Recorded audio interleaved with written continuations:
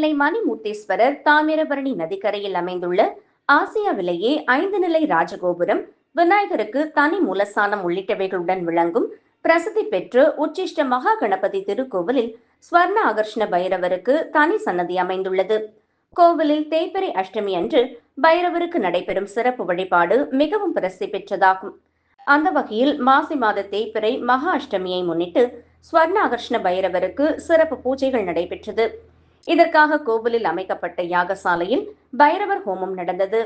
தொடர்ந்து பைரவருக்கு மஞ்சள், பால், தயிர், இளநீர் உள்ளிட்ட பல்வேறு அபிஷேக திரவியங்கள் கொண்டு சிறப்பு அபிஷேகமும் பின்னர் சிறப்பு அலங்காரம் செய்யப்பட்டு மகா தீபாராதனையும் நடந்தது. இதில் திரளான பக்தர்கள் பங்கேற்று சுவாமி தரிசனம் செய்தனர்.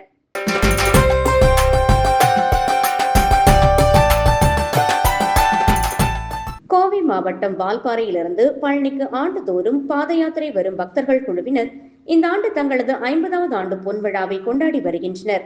இதனை முன்னிட்டு 75 லட்சம் ரூபாய் மதிப்பிலான பிரம்மாண்ட வைர வேலை நேர்த்திக்கடனாக சமர்ப்பிக்க அவர்கள் கொண்டு வந்தனர்.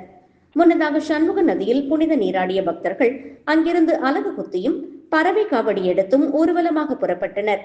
பெரிய கிரேன் வாகனத்தில் உடல் முழுவதும் கத்திகளை குத்திக் கொண்டு அந்தரத்தில் தொங்கியபடி பக்தர்கள் கிரிவலம் வந்த காட்சியை கிரி வீதியில் இருந்த ஆயிரக்கணக்கான பக்தர்கள் மெய்சிலிருக்க கண்டு தரிசித்தனர்.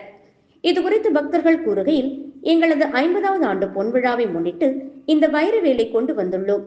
முருகனிடம் படைத்து செல்லும் இந்த வைரவேல் இனி வரும் ஒவ்வொரு ஆண்டும் எங்களது காவடி ஊர்வலத்துடன் உடன் வரும் என தெரிவித்தனர்.